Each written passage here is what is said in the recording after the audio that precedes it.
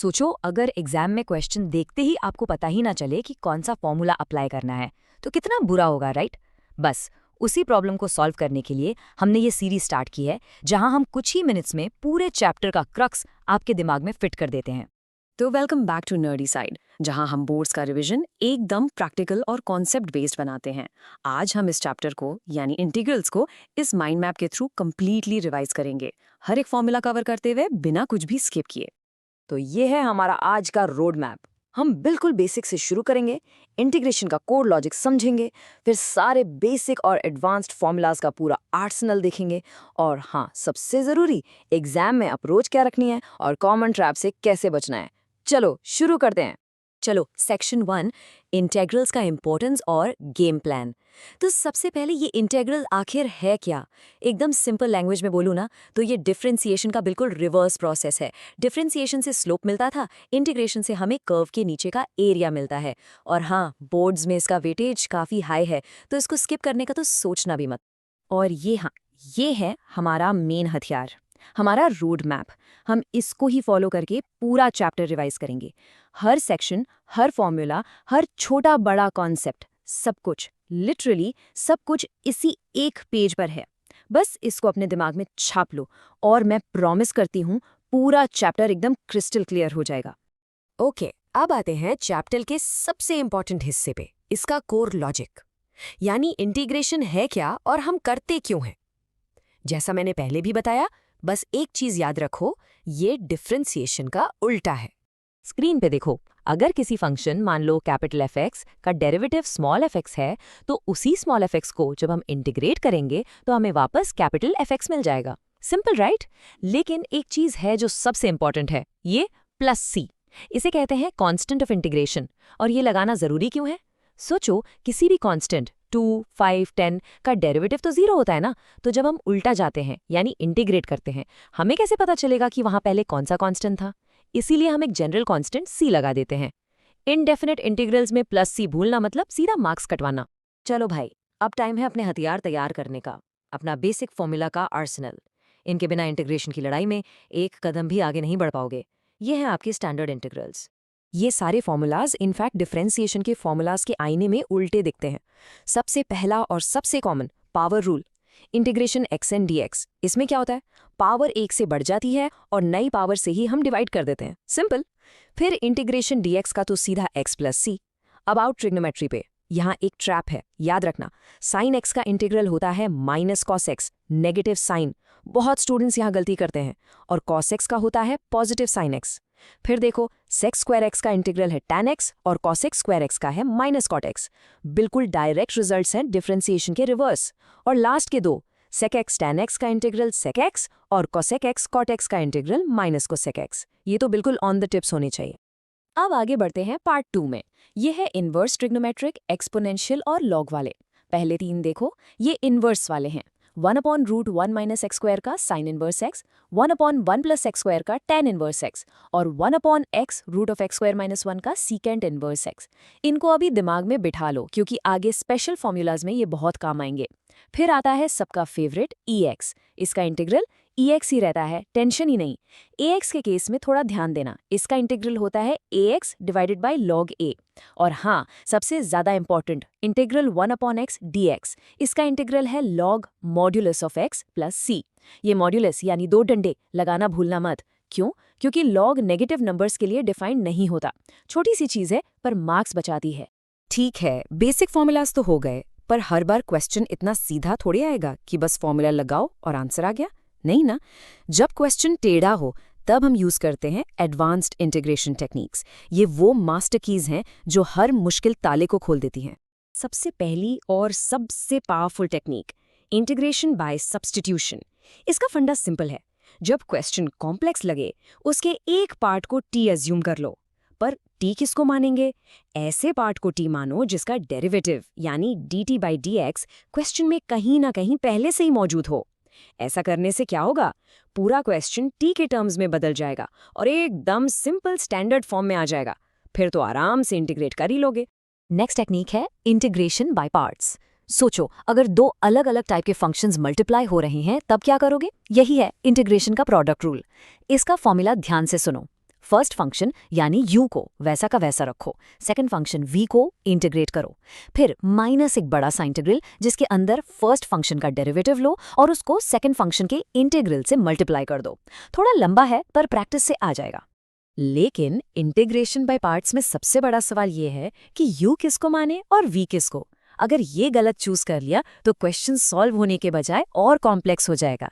इसका सोल्यूशन है ये golden rule, ILATE, ILATE, inverse, logarithmic, algebraic, trigonometric, exponential. ये एक प्रायोरिटी लिस्ट है। इस लिस्ट में जो फंक्शन पहले आता है उसको ही हमेशा u यानी फर्स्ट फंक्शन मानना है। अगर ILATE गलत तो पूरा सवाल गलत, इसको हमेशा याद रखना। और हमारी तीसरी एडवांस टेक्निक है इंटीग्रेशन बाय पार्शियल फ्रैक्शंस।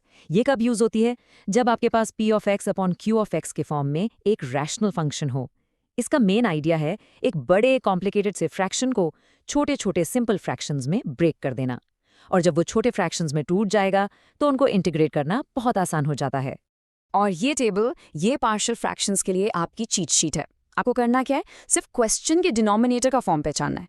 देखो, अगर डिनोमिनेटर में x minus a, x minus b जैसे अलग अलग लीनियर फैक्टर्स हैं तो उसको a upon x minus a plus b upon x minus b में तोड़ दो। अगर x minus a whole square जैसा रिपीटेड फैक्टर है तो a upon x minus a plus b upon x minus a whole square के form में break होगा।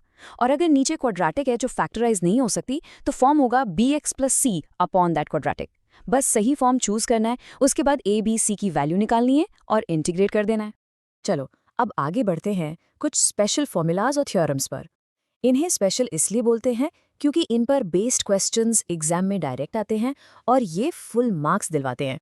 बहुत स्कोरिंग सेक्शन है ये है वो 4 ट्रिग्नोमेट्रिक इंटीग्रल्स जो हमारी बेसिक लिस्ट में नहीं थे, tan x, cot x, secant x और cosecant x।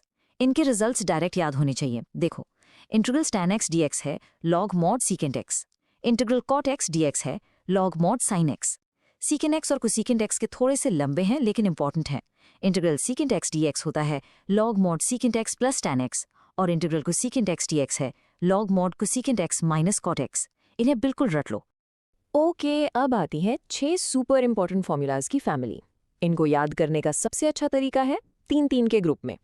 पहले 3 देखो, ये बिना रूट वाले हैं, 1 upon x square minus A square, 1 upon A square minus X square और 1 upon x square plus A square. इसमें जो x square minus A square और ए स्क्वायर माइनस एक्स स्क्वायर वाले हैं उनमें 1 अपॉन 2a लॉग आता है, और जो x square plus A square वाला है उसमें 1 अपॉन ए टैन इनवर्स आता है। क्लियर? अब अगले 3 देखो, ये इन्हीं के रूट वाले वर्जन हैं। इसमें root of A square minus X square का तो simple sine inverse X upon A है, बाकी दोनों रूट वाले लॉग में जाते हैं। इनके साइंस और a minus X, X minus A में बिल्कुल कंफ्यूज मत होना, एक छोटी सी गलती और पूरा आंसर गलत। और अब इस चैप्टर के 3 बाहुबली फॉर्मूले, integration under root X square minus A square D X, integration under root A square minus X square D X और integration under root X square plus A square D X. हाँ, I no ये थोड़े लंबे और डरावने दिखते हैं, पर इन पर बेस्ड क्वेश्चन सीधा 5 या 6 मार्क का आता है। इनको याद करने का एक पैटर्न है, ध्यान से सुनो। हर फॉर्मूला x/2 इंटू जो क्वेश्चन है वही से शुरू होता है। उसके बाद a square minus X square वाले में प्लस a स्क्वायर बाई 2 आता है, x square minus a square वाले में माइनस a स्क्वायर बाई 2 आता है, और इसके आगे वही टर्म जुड़ जाती है जो हमने पिछली स्लाइड में इनके 1 अपॉन वाले फॉर्मूले में पढ़ी थी। मेरा एक ही सजेशन है, इन तीनों को कम से कम 5 बार लिखकर प्रैक्टिस करो, अपने आप याद हो जाएंगे। अच्छा, अब तक जो भी हमने किया वो थे इनडेफिनिट इंटीग्रल्स जिसमें प्लस सी लगता था। अब आते हैं डेफिनिट इंटीग्रल्स पर जिसमें लिमिट्स दी होती हैं a से b तक। यहाँ काम आता है फंडामेंटल थ्योरम ऑफ कैलकुलस। इसका मतलब बहुत सिंपल है, पहले फंक्शन को नॉर्मल इंटीग्रेट कर लो, फिर उस आंसर में जहाँ जहाँ x है वहाँ अपर लिमिट यानी b डाल दो, फिर माइनस करके वहाँ लोअर लिमिट यानी a डाल दो। Simple, upper limit minus lower limit, f of b minus f of a। और हाँ, यहाँ प्लस सी लगाने की कोई ज़रूरत नहीं है क्योंकि वो तो माइनस होके कैंसिल हो जाता है। ठीक है, सारे फॉर्मूलाज हो गए, सारी टेक्निक्स हो गई, पर सबसे बड़ा सवाल एग्जाम में इसको अप्लाई कैसे करना है और वो कौन सी कॉमन गलतियां हैं जो सबसे ज़्यादा स्टूडेंट्स करते हैं। चलो अब इस पर फोकस करते हैं। चलो 2 एग्जाम्पल देखते हैं। मान लो एग्जाम में क्वेश्चन आया integration of x ex dx। इसको देखते ही आपके दिमाग की बत्ती जलनी चाहिए। ओके, यहाँ 2 अलग फंक्शंस मल्टीप्लाई हो रहे हैं, सीधा इंटीग्रेशन बाय पार्ट्स लगेगा। आइलेट रूल के हिसाब से एल्जेब्राइक x पहले आता है, एक्सपोनेंशियल ex बाद में, तो u इक्वल टू x होगा। Perfect, first step clear. अब दूसरा क्वेश्चन देखो, integration of x+1 upon x+2 x+3 dx। इसको देखते ही क्या सोचना है, ये तो px अपॉन qx फॉर्म है। डिनोमिनेटर में डिस्टिंक्ट लीनियर फैक्टर्स हैं, इसका मतलब यहाँ पार्शियल फ्रैक्शंस यूज होगा। फॉर्म क्या होगी, a upon x+2 plus b upon x+3। देखा, क्वेश्चन देखते ही फर्स्ट स्टेप आइडेंटिफाई करना आ गया ना, तो समझो आधा काम तो वही हो गया। और आखिर में ये हैं वो कॉमन ट्रैप्स जिनसे आपको बचना है। नंबर 1, इनडेफिनिट इंटीग्रल्स में प्लस c भूल जाना, एकदम नहीं। नंबर 2, ILAT रूल में u और v गलत चूज कर लेना, सबसे बड़ी गलती।